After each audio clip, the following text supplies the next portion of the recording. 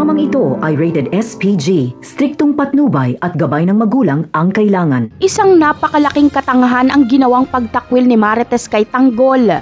Mapagsasabihan siya ni Roda na walang kwentang ina dahil kung sino pa ang matinong anak ay ito pa ang itinakwil ni Marites.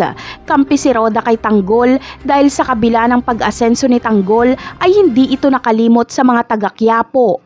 Ni minsan ay hindi man lang kinampihan ni Marites si Tanggol pagdating kay Rigor.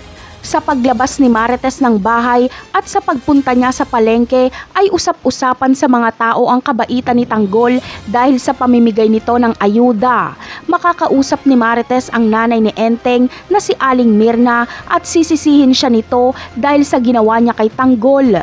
Puring-puri ni Aling Mirna si Tanggol dahil si Tanggol ang nagligtas kila Enteng at nagbigay ng trabaho. Sa kabila ng mga papuri na natatanggap ni Tanggol sa ibang tao ay kinamumuhi naman siya ng kanyang ina.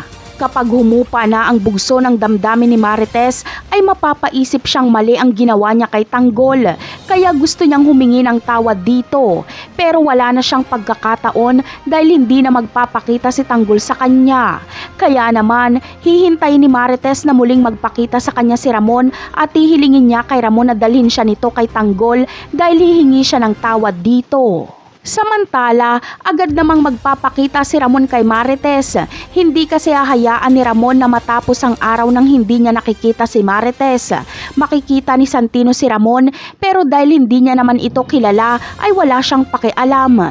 Hindi niya rin sasabihin kay Rigor na may kausap na ibang lalaki ang kanyang ina. Ngunit dadalhin kaya ni Ramon si Marites sa kanilang mansyon? Dito na kaya mabubuko si David? Yan ang ating aabangan sa mga susunod na episode. Paalam!